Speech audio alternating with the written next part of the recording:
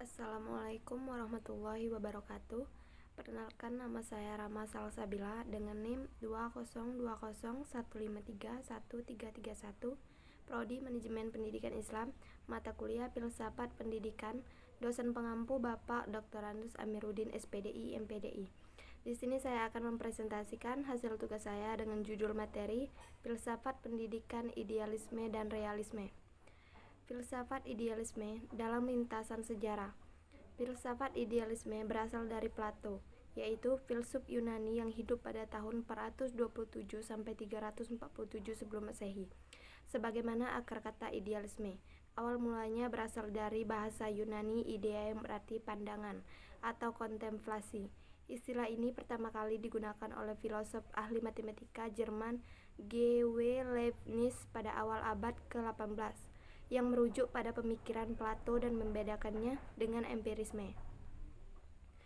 Idealisme ini digunakan sebagai nama untuk teori tentang ide-ide arketip dan untuk doktrin epistemologis. René Descartes dan John Locke yang menyatakan bahwa ide yang dalam doktrin ini berarti objek pemahaman manusia, bersifat subjektif dan dimiliki secara pribadi.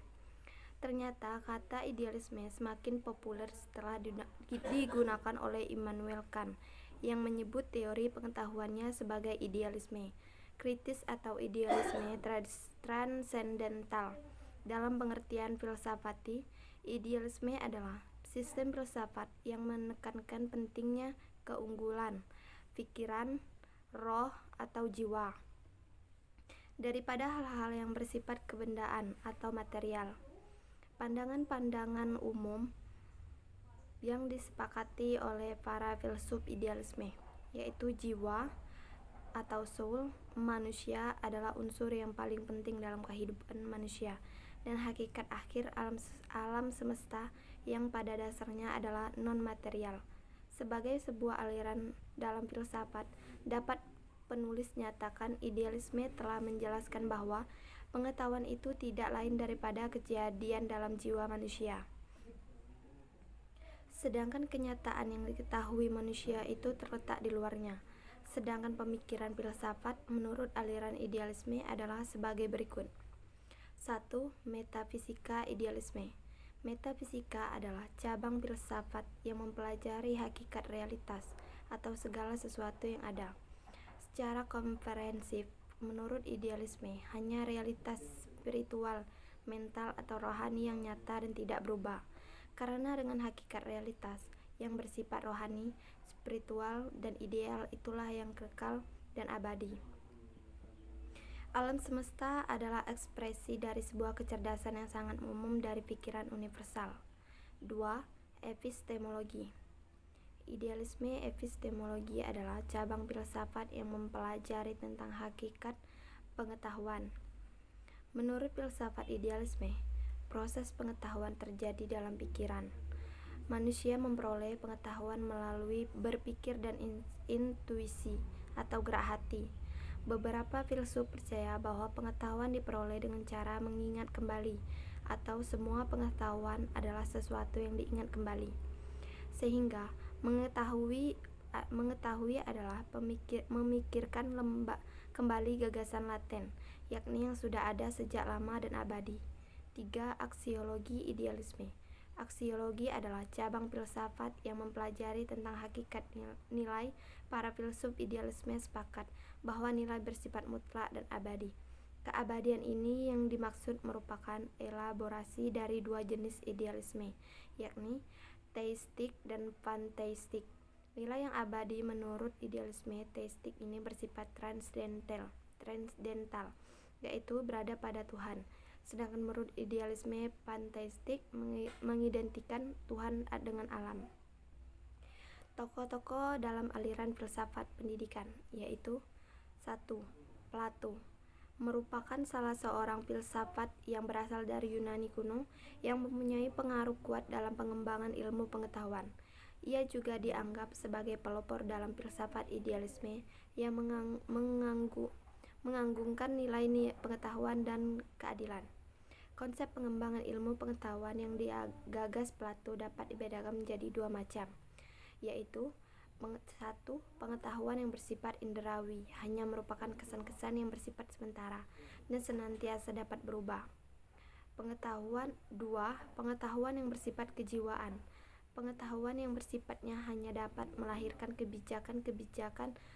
kebijaksanaan dan keabadian nilai. 2. Elea.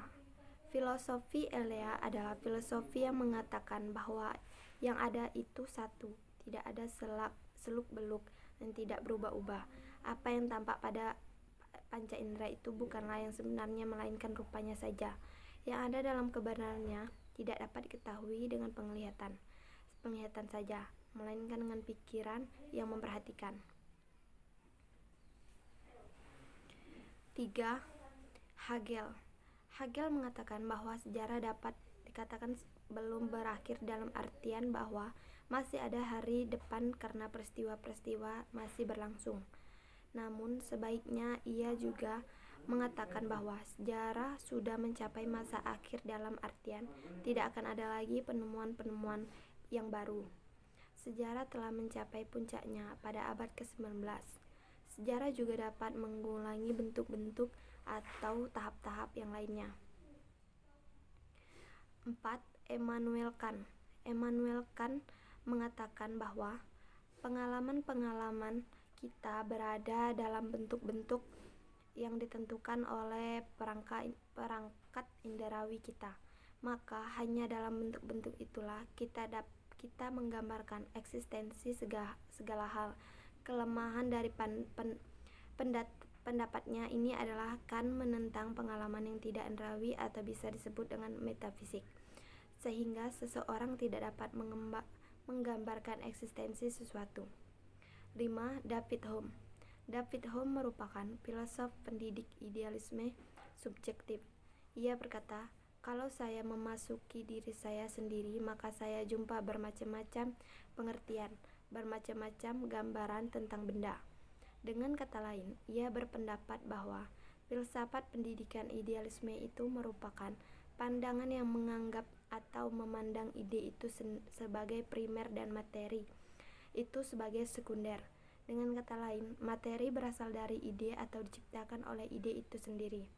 David Hume juga mengklaim bahwa realitas objektif harus menolak sekalipun pikirannya sendiri dan menegaskan eksistensinya sendiri sebagai tidak lebih daripada rangkaian sensasi ataupun kesan. 6. Al-Ghazali termasuk dalam kelompok sufistik yang banyak menaruh perhatian terhadap pendidikan, karena pendidikanlah yang banyak menentukan corak kehidupan suatu bangsa dan pemikirannya. Dalam masalah pendidikan, Al-Ghazali lebih cenderung berpaham empirisme. Hal ini disebabkan karena ia sangat menekankan pendidikan terhadap anak didik. Menurutnya, seorang anak itu tergantung kepada orang tua. Bagaimana cara orang tua itu mendidik anaknya tersebut? Karena hati seorang anak itu bersih, murni, layaknya permata. Hal tersebut sejalan dengan pesan Rasulullah SAW, yakni bahwa setiap anak yang dilahirkan dalam keadaan bersih, kedua orang tuanya yang menyebabkan anak itu bersih, masuk Yahudi atau Nasrani ataupun Majusi. Pengertian filsafat pendidikan idealisme.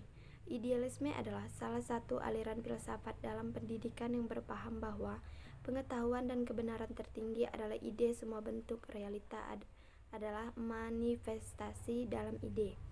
Karena pandangannya yang idealis, itulah idealisme sering disebut sebagai lawan dari aliran realisme. Tetapi aliran ini justru muncul atas feedback realisme yang mengapa realitas sebagai kebenaran tertinggi. Secara umum, kata idealis berarti 1. Seorang yang menerima ukuran moral yang tinggi, estetika dan agama serta menghayatinya. 2. Orang yang dapat melukiskan dan menganjurkan suatu rencana atau program yang belum ada.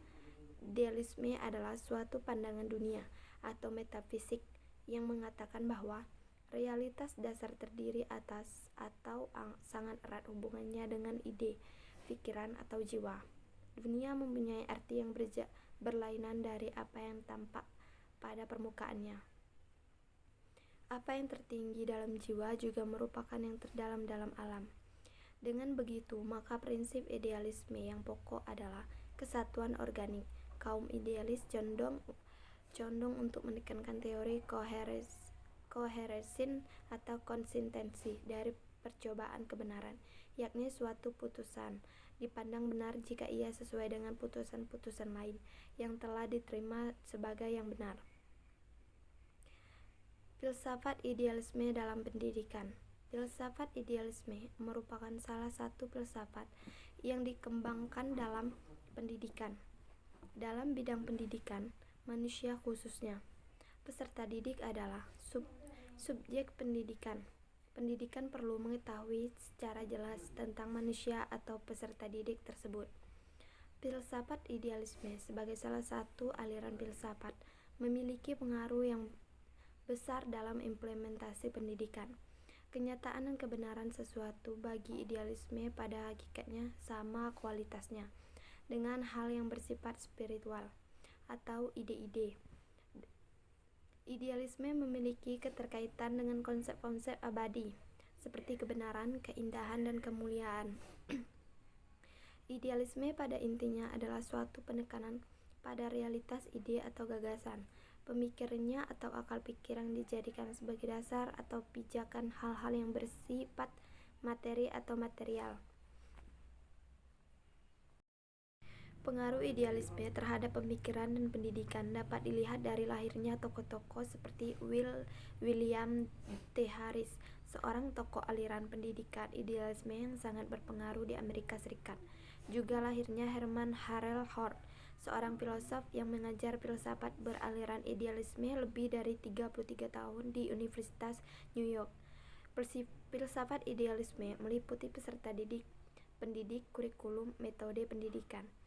1. Peserta didik atau anak didik. Bagi idealisme, peserta didik dipandang sebagai suatu dari mikrokosmis sangat kecil yang berada dalam proses becoming, menjadi lebih mirip dengan diri absolut. Dengan kata lain, bahwa dari individual, dalam hal ini peserta didik, adalah suatu eksistensi dari diri absolut. Aspek yang paling penting dari peserta didik lainnya inteleknya, yang merupakan akal pikir mikrokosmik. Kalangan idealisme melihat anak didik sebagai seseorang yang mempunyai potensi untuk tumbuh, baik secara moral maupun kognitif. Para idealis cenderung melihat seorang anak didik sebagai individu yang mempunyai nilai-nilai moralitas. Oleh karena itu, pendidikan berfungsi untuk mengembangkannya ke arah kepribadian sempurna. 2. Pendidik atau guru. Guru menempati posisi yang sangat krusial, sebab gurulah yang melayani murid sebagai contoh hidup dari apa yang kelak bisa dicapainya.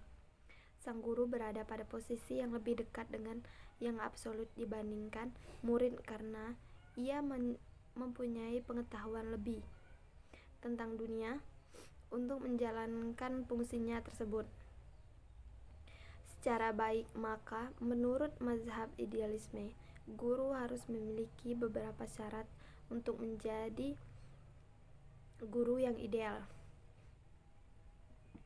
Menurut J. Donald Butler, kriteria tersebut adalah guru harus mewujudkan budaya dan realitas dalam diri anak didik, menguasai kepribadian manusia, ahli dalam proses pembelajaran, bergaul secara wajar dengan anak didik, membangkitkan hasrat anak didik untuk belajar, sadar bahwa manfaat secara moral dari pengajaran terletak pada tujuan yang dapat menyempurnakannya manusia dan mengupayakan lahirnya lagi budaya dari setiap generasi.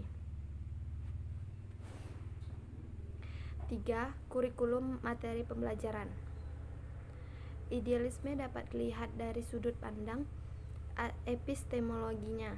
Jika kebenaran adalah ide gagasan, maka kurikulum harus disusun di seputar materi-materi kajian yang mengantar anak didik bergelut langsung dengan ide dan gagasan. Karena itu, kurikulum bagi penganut idealisme menekankan pandangan humanistik. Bagi banyak penganut idealisme, kajian tepat tentang kemanusiaan adalah manusia bagi idealisme. Kurikulum merupakan organ materi intelektual atau disiplin keilmuan yang bersifat ideal dan konseptual. Sistem konseptual yang bervariasi tersebut menjelaskan dan didasarkan pada manifestasi khusus dari yang absolut. 4. Metodologi pengajaran. Dalam proses pembelajaran, kata-kata tertulis maupun terucap merupakan metode yang digunakan oleh penganut idealisme.